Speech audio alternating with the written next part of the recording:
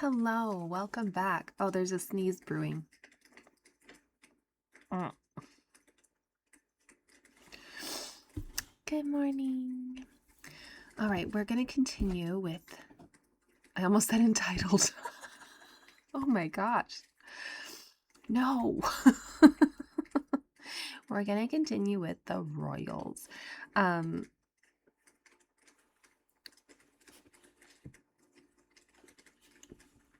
We've got our fireplace go. Hello, Joey. Joey's trying to get a good look at the outside world because it's very windy out there, and he's like, what's going on? Anyway, did you see that Prince Harry and Meghan Markle posted their new Christmas card photo? And I'm not gonna go through the hassle of editing this enough to put it into the actual video, but I'll bring it up on my phone and we'll see if we can, with all the light and all the jazz that goes on, we'll see if we can manage to. Okay. Oh, hold on. I got my brightness way down.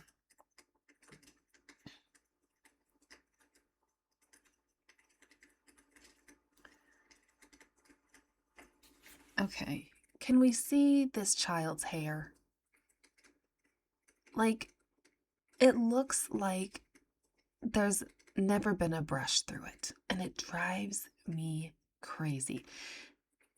It looks like she has some natural, like a little bit of texture to her hair. It looks like she probably, it doesn't look like to me, who has naturally curly hair, that she has like very, very curly hair, but she probably has a curl, and it looks like her hair is not being tended to. And you know what? I don't think Meghan likes having a daughter, because I think she sees that as some competition, because my lord, that girl is never turned out properly.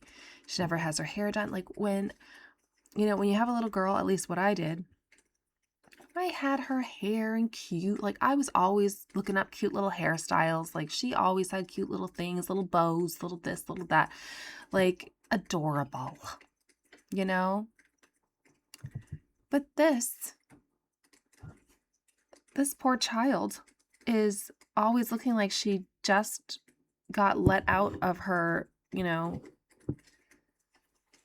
attic hovel. She honestly looks like she's not even kept with the rest of the family. Like the way that she's thrown together. It's really, you know what? Someday these kids are going to write a book.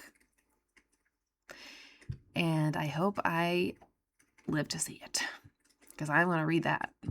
Because I'm telling you, there's something weird going on there. You know, you see kids running around looking like that in day-to-day life. And usually we know the kind of parents that have those kids. And we're like, yep. I will say no more. I don't want to get canceled. But, we've all seen it. Like taking your kids to school and this and that. And there's parents,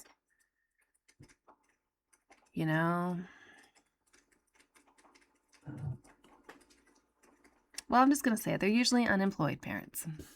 Okay? From my experience. The kids that get let off at, the school my kiddos attend, and they're looking a mess like that, their parents are unemployed by their own decision. And they're just, the same kids like come to school without lunches, and it's just a mess. Anyway, that's what it looks like. And I'm like, surely in your mansion in Montecito with a nanny, the nanny could throw a brush to the kid's hair.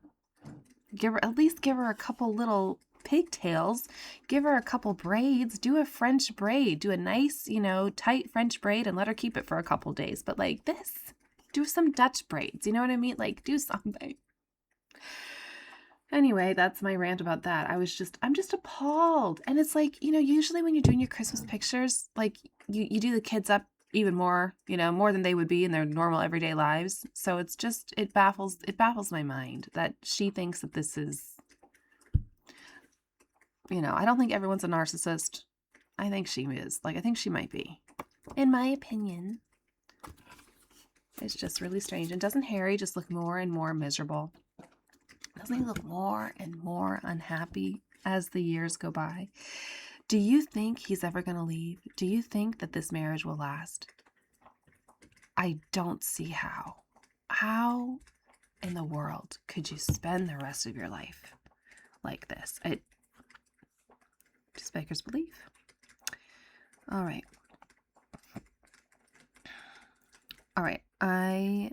Hold on. I have to send my best friend is in Dubai. I was taking medicine, but we ran out at the airport yesterday because my sister was also getting sick. I think it's something we ate that wasn't I don't know, it wasn't good for us. It's okay, I'm pretty sure your boss is so understanding that way.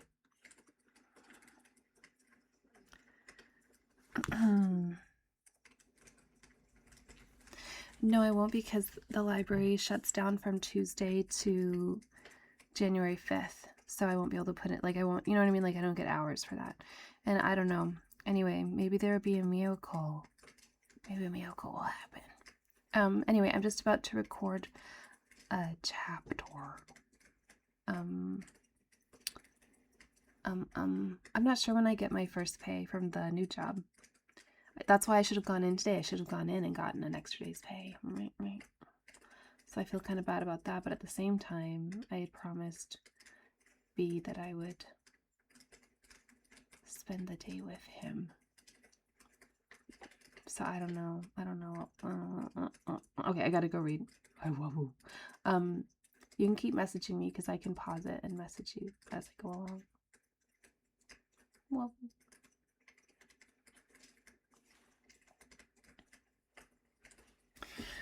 Okay, let me put my phone on vibrate because, okay, so yeah, my best friend's in Dubai. Man, she had a heck of a time. She's from Pakistan, but she was raised in Dubai.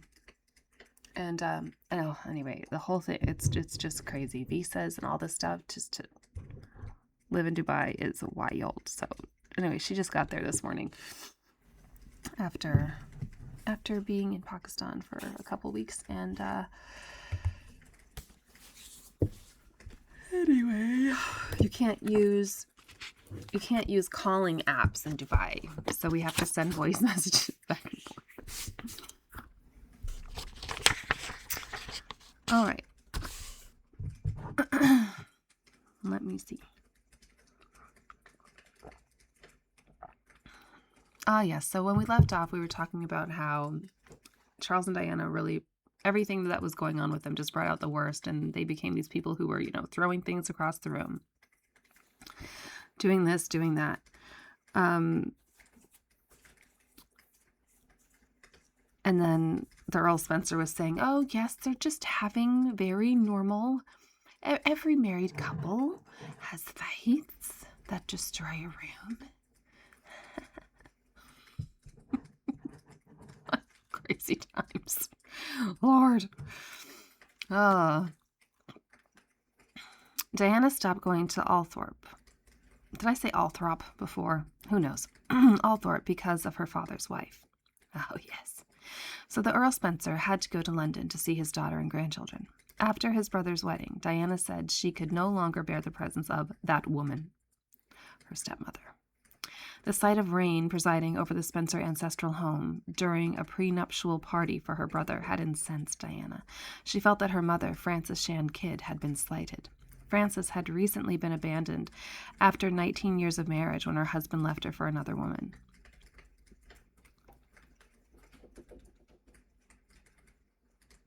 What?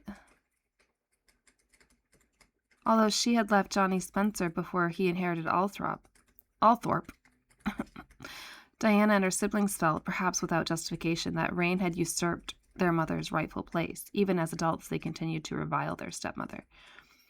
Isn't that crazy? So her mother left her husband for a man who was also married.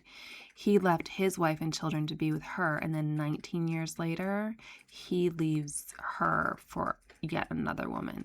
Oh, my. It is so true what they say. How you get your man is how you'll lose him. It's like, meaning that if you take another woman's man, it all comes back, let me tell you. And he'll never find happiness and peace. You can't. Mm-mm.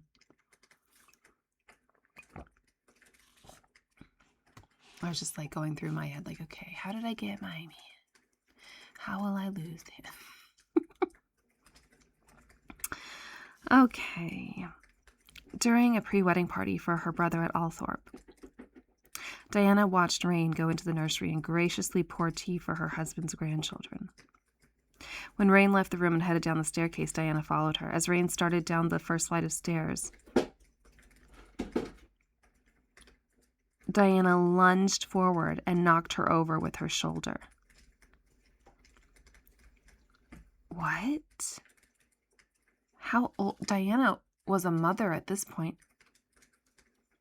The 58-year-old woman fell to her knees and tumbled down the steps, coming to a stop on the first landing.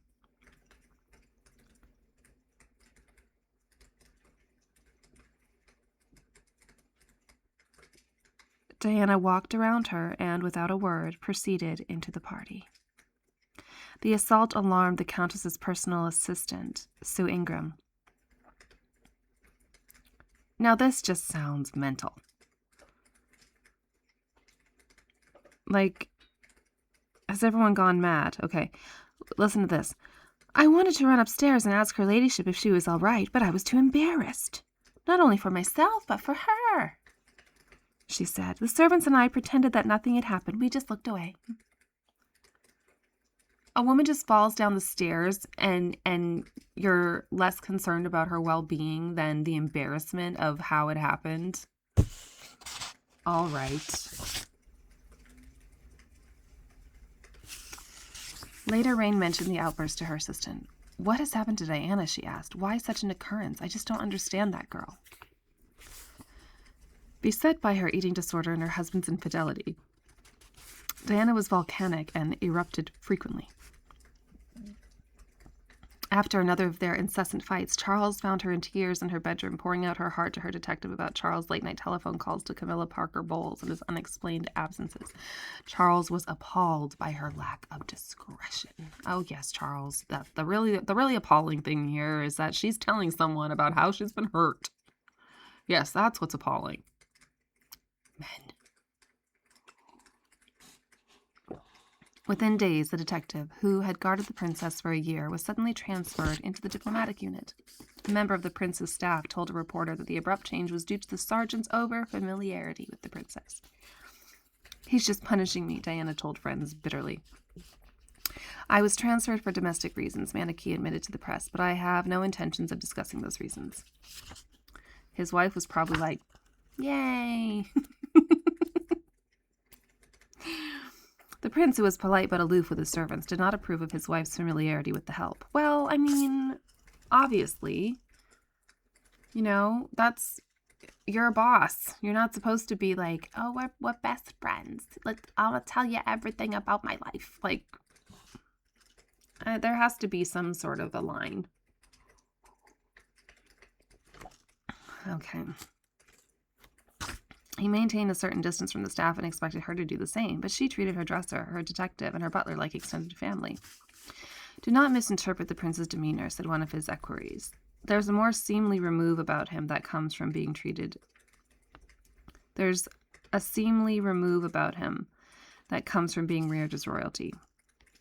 Diana, who did not possess the royal remove, embraced servants like friends. She thought nothing of eating in the staff kitchen, where her first question upon arrival at Sandringham, Balmoral, or Buckingham Palace was usually, "What's for dinner?" She attended staff parties, brought records, and asked the servants to dance with her. Her husband rarely attended these employee get-togethers because he knew his presence would impose undue formality. Still, he regarded his wife's behavior as highly improper.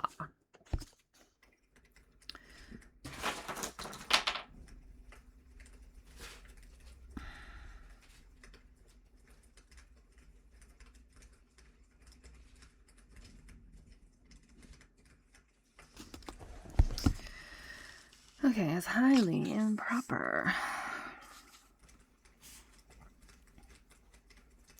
Her indiscriminate displays of affection also irked him. He said that she kissed everyone she met, even strangers. She did not discriminate between highway workers and heads of state. At polo games, she kissed Major Ron Ferguson to say hello. After the royal wedding, she kissed the High Lord Chamberlain to say thank you. On the honeymoon, she kissed the President of Egypt, Anwar al-Sadat, to say goodbye. In New Zealand, she rubbed noses with a Maori tribeswoman. Oh, I remember that photograph.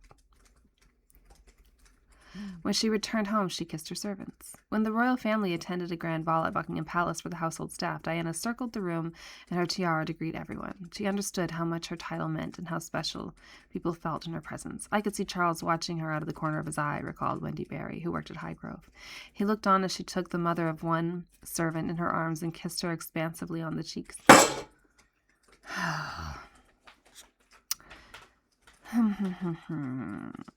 Charles' expression was one of horror mixed with fascination that any wife of his could behave so normally with ordinary people. 8 months after Barry Manicky was transferred from the Royal Protection Unit, a car smashed into his motorcycle and he was killed. Charles was given the news immediately, but he waited 24 hours before telling Diana. When they were on their way to the airport to fly to France for the Cannes Film Festival, he turned to her moments before she was to get out of the limousine in front of photographers. Oh, by the way, he said, I got word from the protection unit yesterday that poor Barry Manicky was killed. Some sort of motorcycle accident. Terrible shame, isn't it? Diana burst into tears as the limousine pulled up to the royal flight. Charles pushed her out. Let's go, darling, he said sarcastically. Your press awaits you. Oh, that man. That's evil behavior. That's really evil. That's sadistic, you know? It's taking pleasure in someone else's pain and waiting for just the right moment to inflict the most pain possible and then to try to humiliate her, to put her in this awful position in front of the press.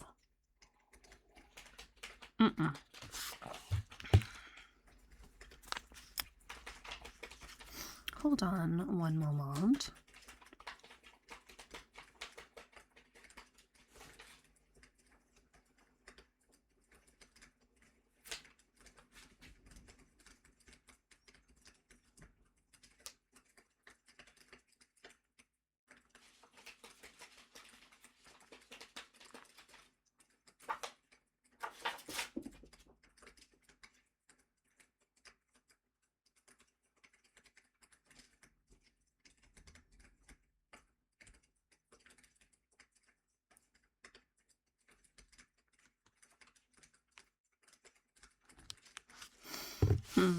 I just got one of your all's comments, so it just makes me so happy. Okay. Let's go, darling, he said sarcastically. Your press awaits you. What a horrible man. Diana did not believe Manicky's death was an accident. She was convinced that her former protection officer had been assassinated by MI5 at the instigation of her jealous husband. She blamed herself for Manicky's death and tried to summon his spirit through several seances. When a writer published a book suggesting a nefarious plot by MI5, Manicky's father insisted his son's death was an accident. Diana eventually accepted that, but she never forgave her husband for the cruel way he broke the news to her. She told the story to friends to demonstrate his heartlessness and to show the diabolical pleasure he took in tormenting her. Privately, the fairy tale was over, but the public did not yet see the cracks behind the facade. The first glimpse came after a polo match when Charles kissed his wife in front of hundreds of people when his team lost. She turned her head quickly as if she had been licked by a slobbering dog. Then she wiped his kiss off her cheek. I suppose I should have seen something askew in 1985 when I interviewed Prince Charles for my biography of the late poet laureate John Betjeman, said writer Bevis Hillier. But I wasn't looking for a shadow on the romance. I'm in my 50s and grew up singing God Save the King. I now sing God Save Our Gracious Queen. The monarchy is like religion to me, and absurd as it might sound, I want it to survive.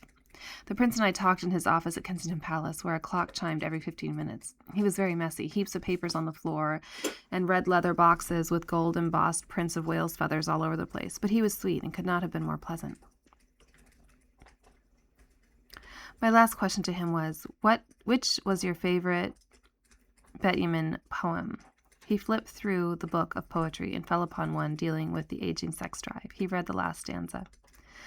Too long we let our bodies cling. We cannot hide disgust at all the thoughts that in us spring from this late flowering lust. He smiled ruefully and said, I'd like to choose late flowering lust, but I guess I better not. Instead, he chose indoor games near Newbury. The prince had carefully selected a poem about little children holding hands in a cupboard. I knew something was amiss in the fall of 1986 after an off-the-record interview with Prince Charles at Highgrove, recalled the London bureau chief of Time. As a condition of the interview, I was not allowed to ask questions about his family. We talked in his study. There were at least 40 sterling silver framed pictures: the Queen Mother, the Duke of Edinburgh, King Juan Carlos, Mountbatten, Wills and Harry, the royal horse, the royal dogs, but not one picture of the royal wife. Although Diana was the most photographed woman in the world, her picture was nowhere to be found in her husband's study. The royal watchers on the tabloids noticed the strain between the prince and princess and reported that the couple had spent 37 consecutive nights in Britain without once sharing the same bedroom. They noted that Charles returned early and alone from family vacations, and that even when he and Diana were going to the same place, they arrived separately. She attended fashion shows and rock concerts. Sorry, the side of my face is so itchy. It's dry as a bone. She attended fashion shows and rock concerts with other people in London while he worked alone in his gardens at Highgrove, 113 miles west of the city. When he went fishing by himself at Balmoral, she remained at Kensington Palace with their children. A Norwegian manufacturer capitalized on the discord and made the Prince and Princess of Wales role models for people too busy to cook. Billboards in Oslo featured the mournful faces of Charles and Diana looking at single-serving cans of pasta and beef stew marked "Middag for an," dinner for one. Yet Britain's establishment press did not take the Riff rumors seriously. They dismissed the tabloid stories as down-market tittle-tattle and called on establishment figures like Harold Brooks Baker of Debrett's Peerage to dispel the rumors. The reverend monarchist complied eagerly. Outrageous, simply outrageous, said Brooks Baker. These rumors of marital discord tarnish the royal family's image and diminish the monarchy. They must stop. There will never be a separation between the Prince and Princess of Wales, and there certainly will never be a divorce.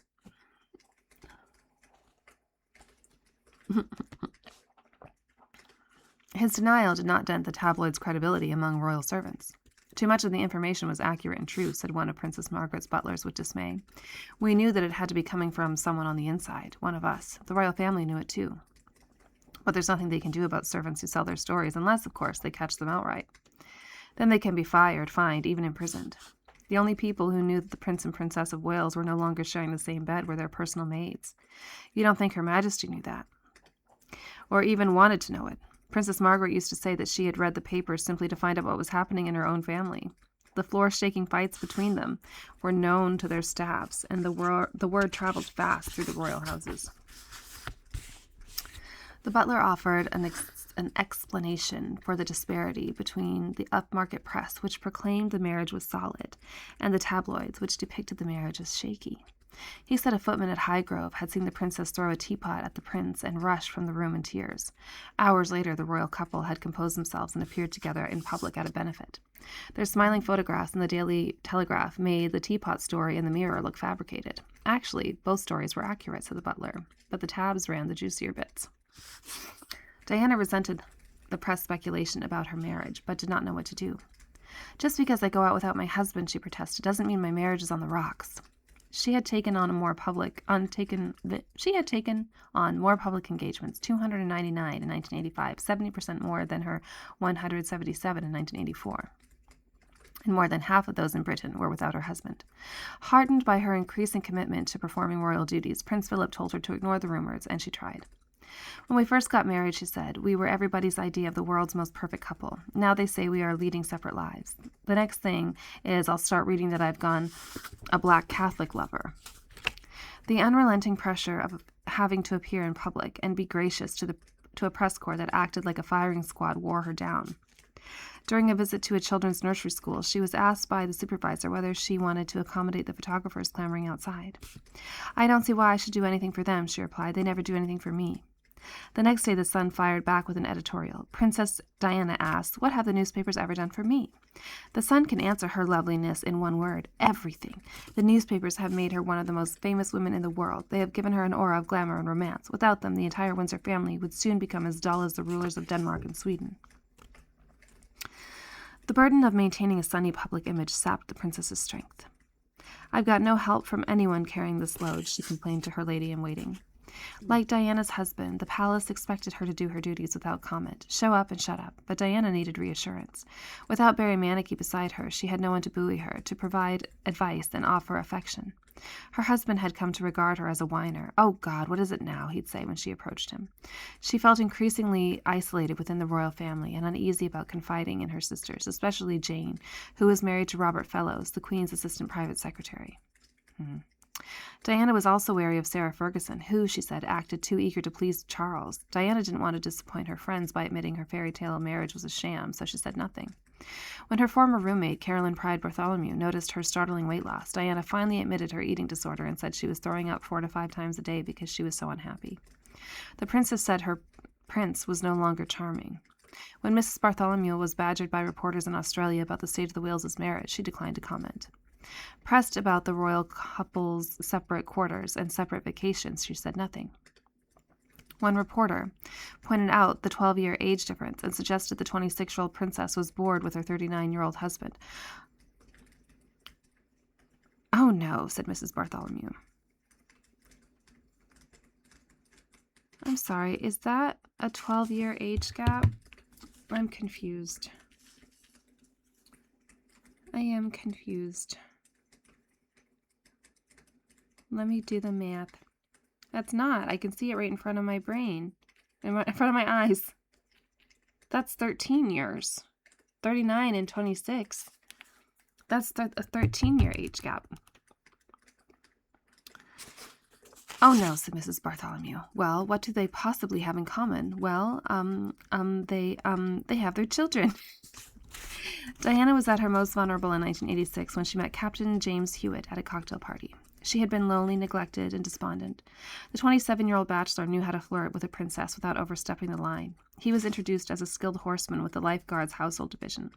Diana told him that she had been afraid of horses since falling off her pony as a child. She said her fear of riding was a disappointment to her husband and his equestrian family, and she wanted to do something about it. The handsome cavalry officer smiled and offered to help her. 2 days later, she phoned him for riding lessons. After graduating from Millfield, a private academy, James Hewitt received his military training at Sandhurst, joined the Lifeguards, and made the Army his life. He considered himself honored to be among the sovereign's elite personal guard. Out of uniform, the officer dressed like a gentleman in double-breasted blazers, Gucci loafers, and gold cufflinks. He wore silk cravats, played polo, and cultivated good manners. And he listened to the wartime recordings of Winston Churchill to improve his enunciation. With wavy, russet hair, full lips, and sleepy blue eyes, he was beguiling to women. All I know, he said, is horses and sex. Okay. Years later, he boasted that he had shared both with the Princess of Wales. Well, he's certainly not a gentleman. Their love affair started in the stables of Knightsbridge Barracks. For the first 2 months, Diana arrived every week for her riding lesson, accompanied by her detective and her lady-in-waiting. Soon the lady-in-waiting was left waiting, and the detective remained discreetly in the barracks while the princess and her riding instructor rode alone on the trails, laughing and talking. Their horses, recalled the groom Malcolm Leet, were hardly ever ridden. The groom later sold his recollections to the newspaper.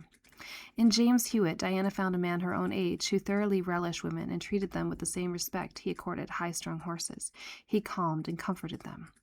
The Princess of Wales crossed class lines to find Hewitt, the son of a marine captain and a dentist's daughter. Diana described Hewitt to a friend as my soul and said that despite their backgrounds, they were very much alike. Both were graceful athletes who reveled in their bodies and were extraordinarily vain about their appearance. They loved to dress up and spend hours getting ready to appear in public. Both were seducers and knew how to exploit their charms. On a deeper level, they bonded through the trauma of their parents' divorces. Diana said she was determined that her children would not suffer the same childhood she had. Yet, despite her best efforts, she was subjecting them to the same violent quarrels and tearful recriminations she had seen between her parents. Hewitt had avoided making those mistakes by not getting married. As the only son, he was spoiled by his mother and indulged by his two sisters, with whom he remained close. Unlike Charles, Hewitt lapped up Diana's conversations. He listened attentively to her discuss her charity work and how much she enjoyed her royal duties when they, the palace courtiers, left her alone.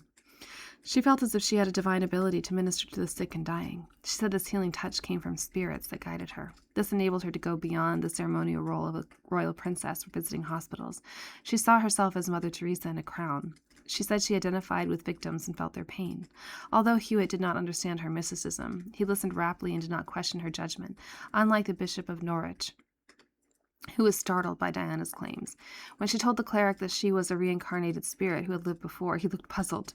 When she said she was protected by a spirit world of people she had known who had died, she said the bishop looked horrified. But Hewitt was a simple man with no orthodox religion, and his silence encouraged her to keep talking. She told him about her children, whom she called my little knights in shining armor, saying they were the most important people in her life.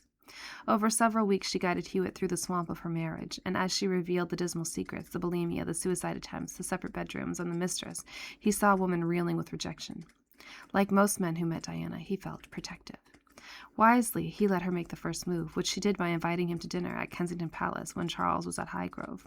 She dismissed most of her staff that evening and greeted Hewitt excitedly at the front door. She led him to her private sitting room and handed him a magnum of champagne.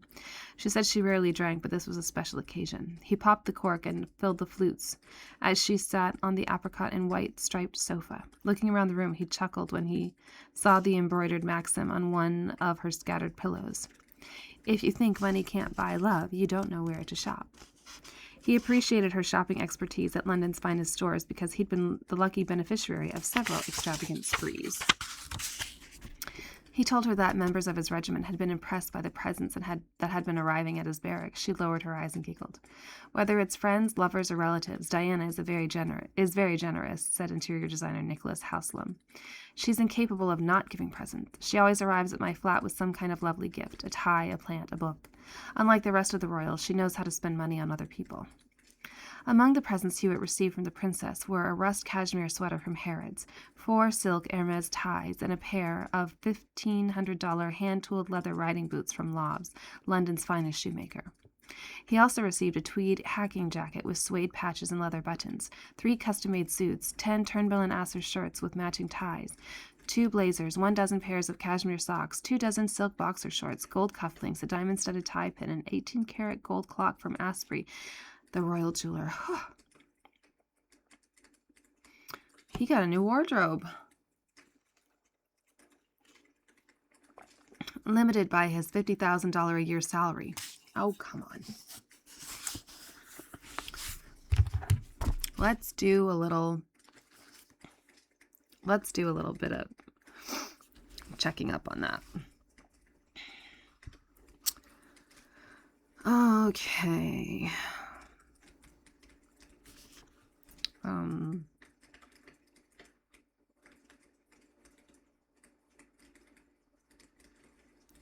So when was this? We'll say it's 1994. Because even if it's a few years... Well, was it in the 80s, though? Okay, let's go back. Let's do... We'll do 1986.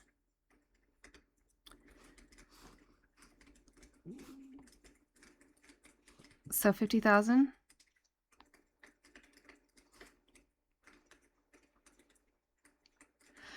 So in 86, a salary of $50,000 has the buying power of almost $124,000. $124,000 in US currency. Let me tell you, I could live on 123,000 US doll hairs 124 because it was $123,988. So for all intents and purposes, let's say it's $124,000. I could live on that easily today. So, anyway.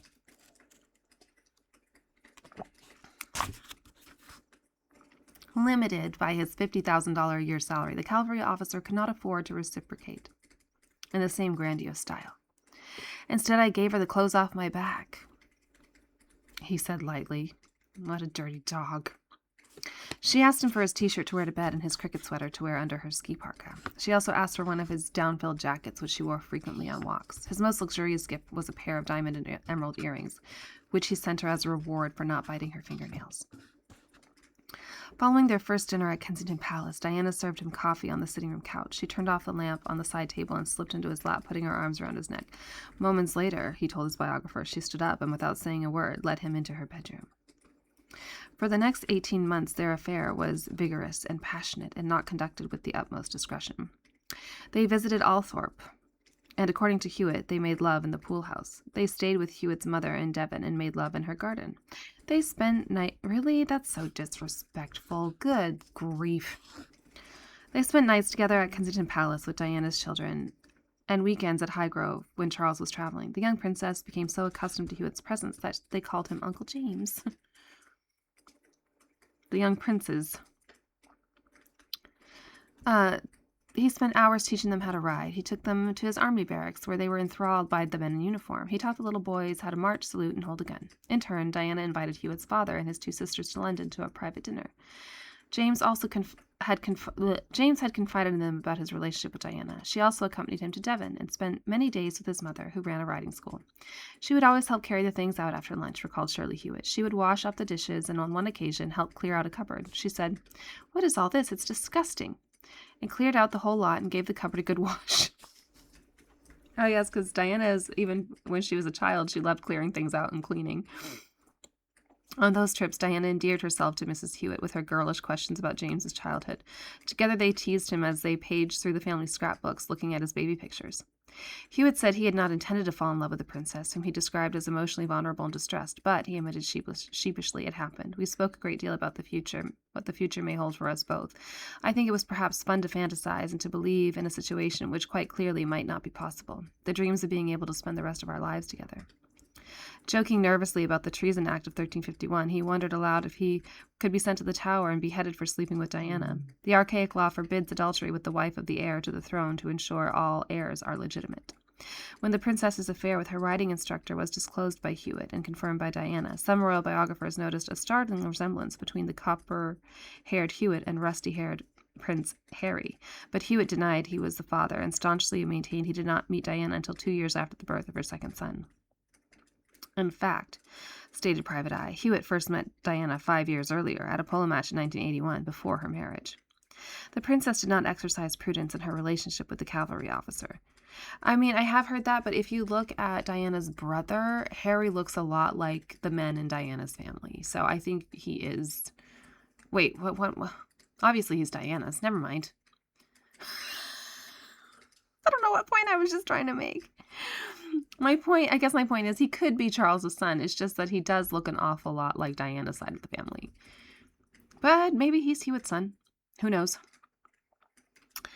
The princess did not exercise prudence in her relationship with the cavalry officer. Careful to disguise her voice when she called him on the payphone at his barracks, she took few other precautions. In a sense, she felt immune from scandal because people were accustomed to seeing her at public events with escorts like Major David Waterhouse and the banker Philip Dunn. So the image of her in the presence of other men had already been established. She relied on the reservoir of goodwill she enjoyed as the Princess of Wales, knowing that most people would never suspect her of committing adultery, especially with the man in charge of the army's stables. It was simply too inconceivable, said one of her closest friends, even after she admitted on television that it was true, that she had been unfaithful with that cad who cashed her in by writing a book. Oh, yes, that's right. He did write a book. Ping. Goes on the list. Oh, it's so wild, y'all. We have so many books and so little time. But you know what? The thing is that that's why I started doing the first chapters. Because some of them, we just will probably never get to. We're really just picking the juiciest cherries, you know? It's like we're at the tree, we're plucking, but we're only really savoring the juiciest, the most ripe. This is getting gross. Okay. So yes, I think I will look that up. I'm sure some of you have read it at some point, and if you have, please let me know what you thought. I do have the Kitty Kelly biography of Nancy Reagan on hold at the library because apparently it is scathing. And one of our subscribers, one of our book club members, did mention that the Reagan's daughter wrote a very scathing book as well when she was a young woman. So that's also on hold at my library. I purchased the Princess Grace of Monaco book that my mother had. It's the one that Diana read, which I'm sure is probably why my mother read it as well. I purchased that because I couldn't find it at my local library, but I found it on Amazon for $13. So that was my treat to myself. That was my Merry Christmas to me. So that's on the way. It will be here before Christmas, and I'll have a little peek at it. Anyway, yep. All right. What time is it? All right, I got a few more minutes, and then I gotta get moving. My stomach's growling audibly. It was simply too inconceivable, said one of her closest friends, even after she admitted on television that it was true, that she had been unfaithful with that cad who cashed her in by writing a book. I still couldn't believe it. Yeah, I don't believe he fell in love with her. I really don't believe he did.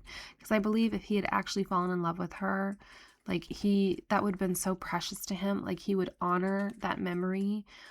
Like men who really fall in love, who truly fall in love, like they will be faithful forever. Like even if that ends, like they'll not cash in on you, you know?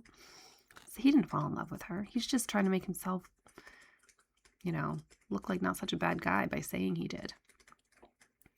But handsome is as handsome does, and actions speak louder than words. Nor could her brother, Charles Spencer, who, despite contrary evidence, defended her against insinuations of promiscuity. Hand to heart, he said, my sister Diana has only slept with one man in her life, and he is her husband. Okay. Some of the men in Hewitt's regiment suspected the relationship from the beginning and nudged each other with burlesque winks about the princess and her riding instructor, whom they had nicknamed the Red Setter. But none dared publicly to suggest anything improper. Even when I saw them kissing and cuddling in the middle of the riding school, I was so shocked that I didn't tell anyone about it, not even my wife, for a year and a half until after I left the army, said the former groom. He described what he saw. It was in the middle of November 1988, and Hewitt had been transferred to Combermere Barracks, not far from Windsor. I got the princess's horse ready for her 3:30 p.m. lesson and took it to the riding school because the weather outside was awful. The two of them met inside, and I stood on a mounting block to watch them. Sir, I saw his hands going up the back of her blouse. Her blouse was outside her jodhpurs. She was all over him. He was all over her. As the affair progressed, Diana drew her former roommate, Carolyn Bartholomew, into her confidence, as well as her friend Mara Barney, who owned the San Lorenzo restaurant in Knightsbridge where Diana and Hewitt sometimes lunched together. She also relied on her detective, Ken Wharf, who accompanied her with Hewitt, making their trips look like casual excursions rather than romantic outings. Diana included her lover on the Queen's invitation list for a formal white tie ball in November 1988 to celebrate Prince Charles's 40th birthday. She knew without looking at the list of 500 guests that Charles would invite his mistress, so she added the name of a riding instructor next to her favorite dress designer, Bruce Oldfield. Everyone in the royal family attended the ball at Buckingham Palace, except Prince Andrew, who was aboard the HMS Edinburgh in Australian waters. King Juan Carlos and Queen Sophia flew in from Spain to join the King of Norway and the Grand Duke of Luxembourg, the Prince of Liechtenstein, and Sophia's brother, Constantine, the deposed King of Greece. The Dukes of Northumberland and Westminster danced and drank champagne until 3 a.m. with rock stars, disc jockeys, and industrialists. Oh, I can't think of a worse crowd. Charles had started his day by visiting the inner cities of Birmingham, northwest of London, where the charity he founded in 1976, the Prince's Trust, employed disadvantaged young people. He arrived in the morning wearing a Life Begins at 40 button, a gift from his children, and was cheered by crowds who burst into a chorus of happy birthday. When will you be king? Shouted a mechanic. I don't know, said Charles. That's a horrible question to ask, because that means, like, when's your mom going to kick the bucket? "Dunno," said Charles. "I might fall under a bus before I get there." The inner-city celebration did not impress the chairman of the Labour Party. "It's just a way in which the benevolent hierarchy operates," said Dennis Skinner. "They have to push a few crumbs off the table for the poor and underprivileged to ease their conscience and create an image of benevolence." That evening's palace party aroused even further indignation. "They'll spend as much on the celebration as many poor families would be able to spend in a lifetime," said Skinner. "Those on Easy Street, including the royal family, should take great care not to treat poor people with contempt. This party is like kicking sand in the faces of those people at the bottom of the ladder."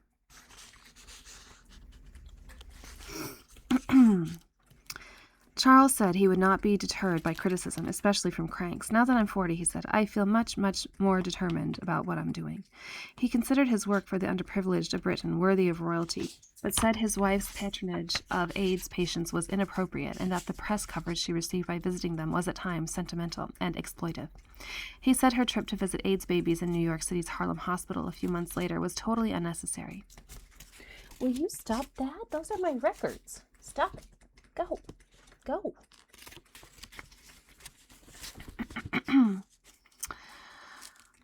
When he refused to accompany her to Harlem, the capital of Black America, she went by herself. He then dismissed the newspaper photographs of her hugging a dying Black AIDS baby as predictable.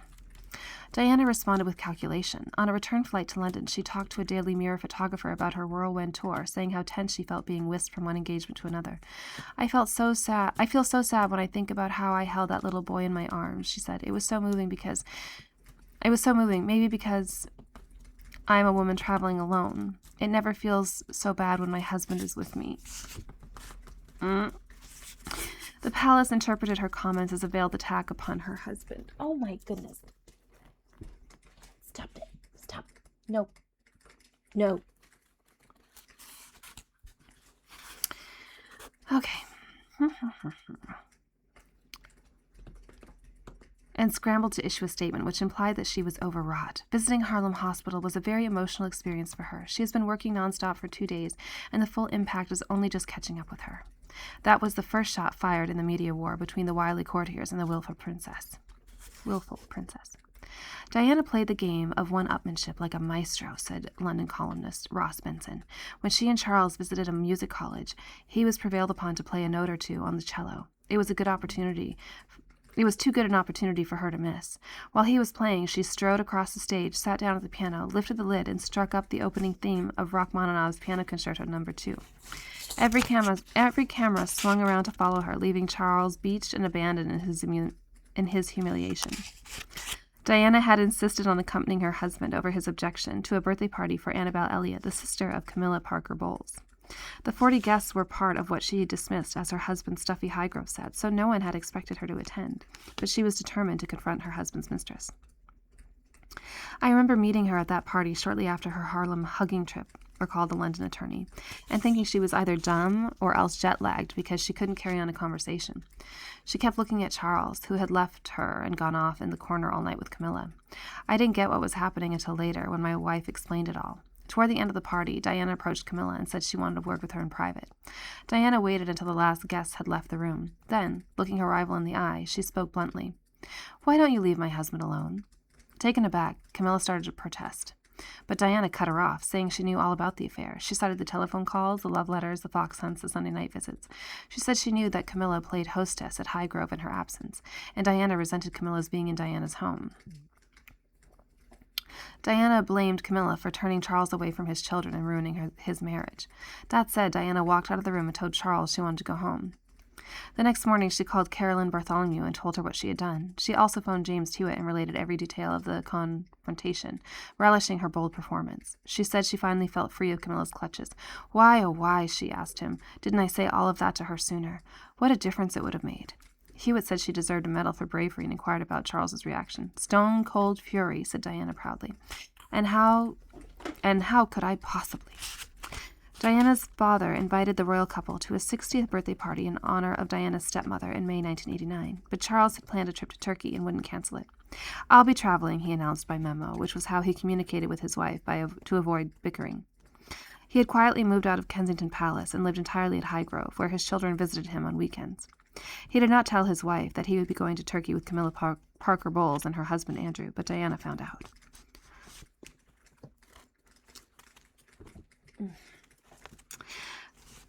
When she told Hewitt about the trip, she said she no longer cared about Charles and Diana, and Andrew Park Your Balls, the nickname she had picked up from Private Eye for Brigadier General Bowles. There's a note.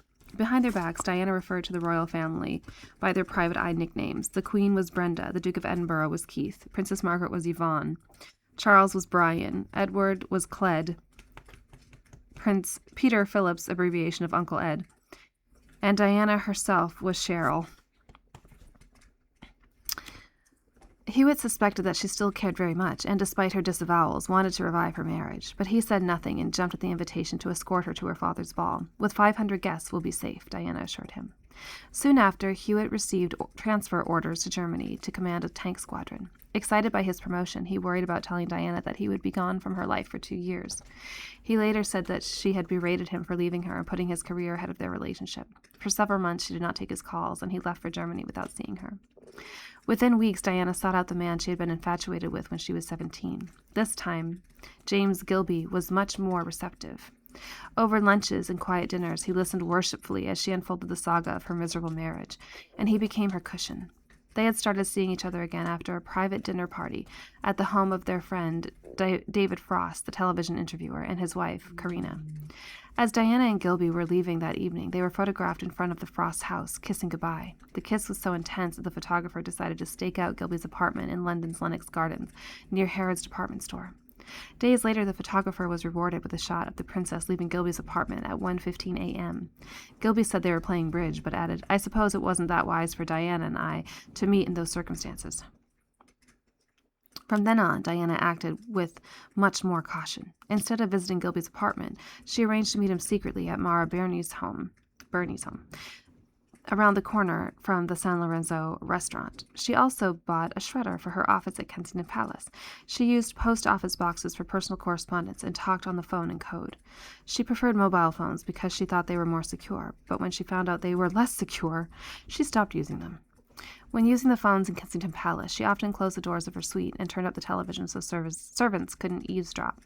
Despite her efforts to avoid detection, her telephone conversation with James Gilby on the December 31st, 1989, was intercepted by a stranger's scanning device and tape recorded. Oh, can you imagine? I mean, I don't know if they found it intentionally, but can you imagine coming across it just by chance and recognizing her voice and being like, hot dog? Okay. Was intercepted by a stranger's scanning device and tape recorded. When the British tabloids published this transcript 3 years later, they withheld an explicit 10-minute segment in which the princess and her lover discussed masturbation.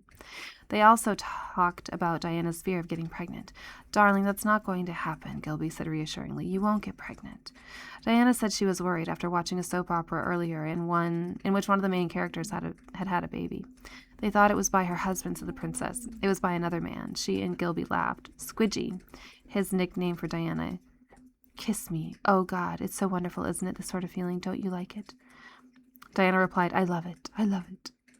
By the time the tape-recorded conversation, known as Squidgy Gate, became public, the princess's pedestal had toppled into the ditch, and she was struggling to keep her head above the muck. All right, we will stop there for now because that's the end of the chapter. I wonder how far this book goes. I mean, oh, goodness. Hold on, everyone.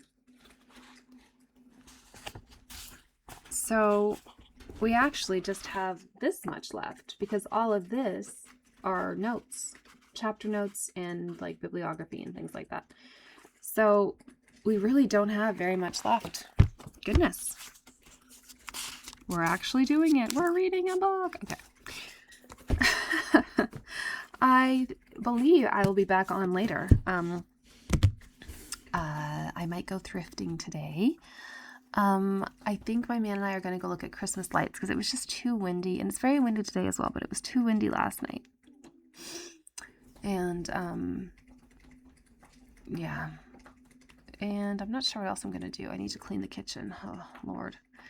The sauce that I made last night was very, very good. And,